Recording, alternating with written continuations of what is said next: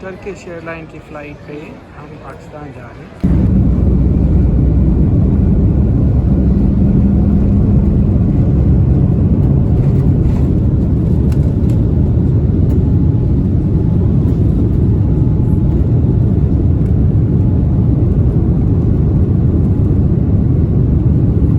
मैं पहले ये वाली फ़्लाइट ले रहा था, ये मुझे सिर्फ 1 घंटा देती है इस्तांबुल में। ये बहुत थोड़ा टाइम है, जहाज़ लेट भी हो जाते हैं पहुंचने में, चलने में लेट हो जाते हैं। इस्तांबुल में कितना वक्त लगता है एयरपोर्ट पे एक फ़्लाइट से दूसरी फ़्लाइट पे जाने में, ये मुझे मालूम नहीं, मैं इसलिए इसको नहीं किया था। तो इसकी बजाय मैंने ये वाली फ़्लाइट ले ली। ये मुझे टर्की में 5 घंटे का टाइम दे रही है। अब डाले से फ़्लाइट चलने में देर हो जाती है, टर्की में एयरपोर्ट पे देर हो जाती है, ये 5 घंटे उसको कवर कर लेंगे। तो आपने अपनी इंटरनेशनल फ़्लाइट पर मार्जिन देना है एक्स्ट्रा, कम से कम 2 घंटे तो होने चाहिए। मेरी फ़्लाइट अमेरिका से तुर्की जा रही है, जहाँ इस्तांबुल एयरपोर्ट पे मैंने फ़्लाइट को चेंज करना है, दूसरी फ़्लाइट लेनी है जो आगे पाकिस्तान जाएगी। अब तुर्की का नया इस्तांबुल इंटरनेशनल एयरपोर्ट एक बहुत बड़ा एयरपोर्ट है। आज की इस वीडियो में देखेंगे कि इस एयरपोर्ट पे फ़्लाइट कनेक्शंस करने में, फ़्लाइट ट्रांसफ़र करने में कितनी देर लग जाती है।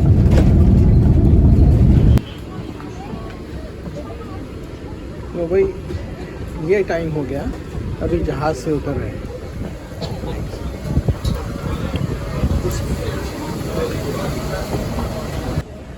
हमें देखना है इंटरनेशनल ट्रांसफ़र, तो ये लिखा है इंटरनेशनल ट्रांसफ़र, बैगेज क्लेम।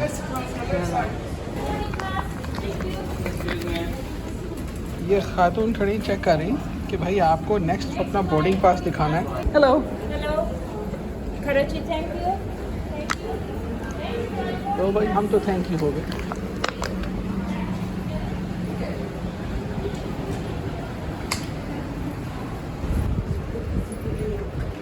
अच्छा भाई, अब हमने क्या करना है, बस गेट पे चले जाना है, सिक्योरिटी कोई नहीं, ज़बरदस्त।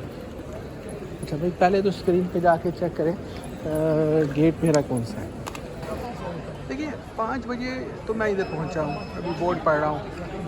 अभी टाइम नया टाइम है फ़्लाइट का। अगर मैं लाहौर जा रहा होता, ये देखिए लाहौर आ गया सेंटर में स्क्रीन पे, वो 5:40 है, ठीक है।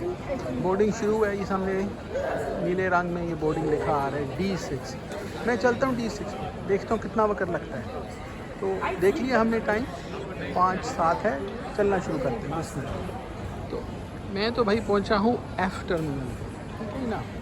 ये इधर से निकले थे, F17 से निकले थे इधर से, तो जाना है D6 पे। तो ये लिखा आ गया भाई इधर चढ़ जाइए, चल।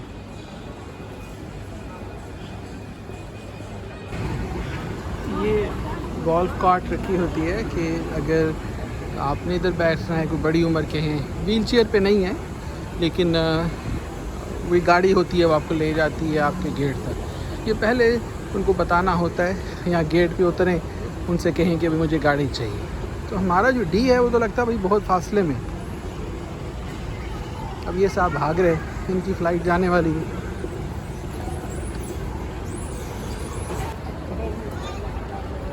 तो वो ये D वाला गेट जो है ये तो ऊपर जा रहा है।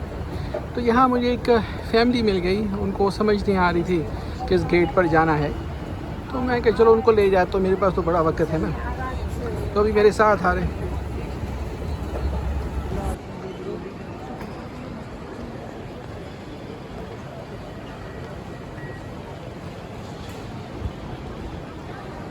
तो भाई ये D वाले तो इधर जा रहे हैं।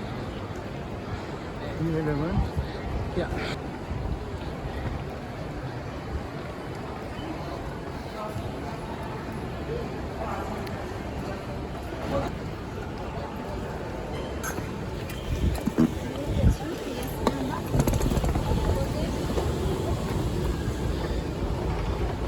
तो भाई ये जो फैमिली है उसने D11 पे जाना है, तो और भी आगे है भाई, काफ़ी उम्र के हैं, चल रहे हैं मेरे साथ।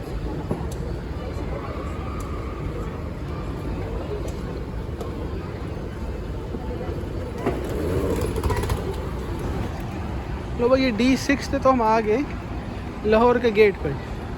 लगता है ये तो गेट बंद है, इधर लिखा है इन्होंने गेट बंद। तो अगर मैं आराम से चल के, मैं थोड़ा सा तेज़ी में आया चल के, और अभी कितना टाइम हुआ ये देखें घड़ी पर, 5:26 हो गए, तो 20 मिनट लग गए चलने में। लेकिन ये गेट हमारा बंद हो गया है, ये तो गेट बंद है, लिखा है गेट बंद।